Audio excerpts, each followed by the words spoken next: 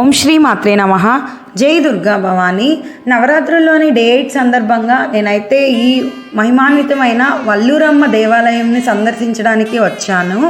ఇది వచ్చేసరికి ఒంగోలు పట్టణం నుంచి సుమారు 12 కిలోమీటర్ల దూరంలో నెల్లూరు వెళ్ళే హైవేకి పక్కన ఉన్న వల్లూరు గ్రామంలో ఉంటుందండి.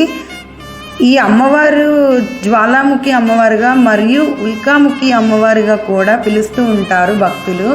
ఈ ఆలయం యొక్క ప్రత్యేకత ఏమిటి అంటే వాహనాలు పూజలు జరిపిస్తూ ఉంటారండి. యాక్సిడెంట్లు అవి జరగకుండా మంగళవారం, శుక్రవారం, ఆదివారం అయితే అమ్మవారికి గ్రామదేవత కనుక పొంగళ్ళు పెట్టుకుంటూ మరియు బలులు ఇస్తూ ఉంటారు. చూస్తున్నారు కదా మీరే. ఈరోజు కూడా నవరాత్రుల్లో కూడా జరుగుతూ ఉన్నాయి అక్కడ.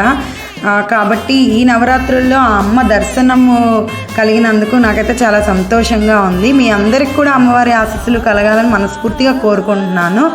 జై దుర్గా భవాని.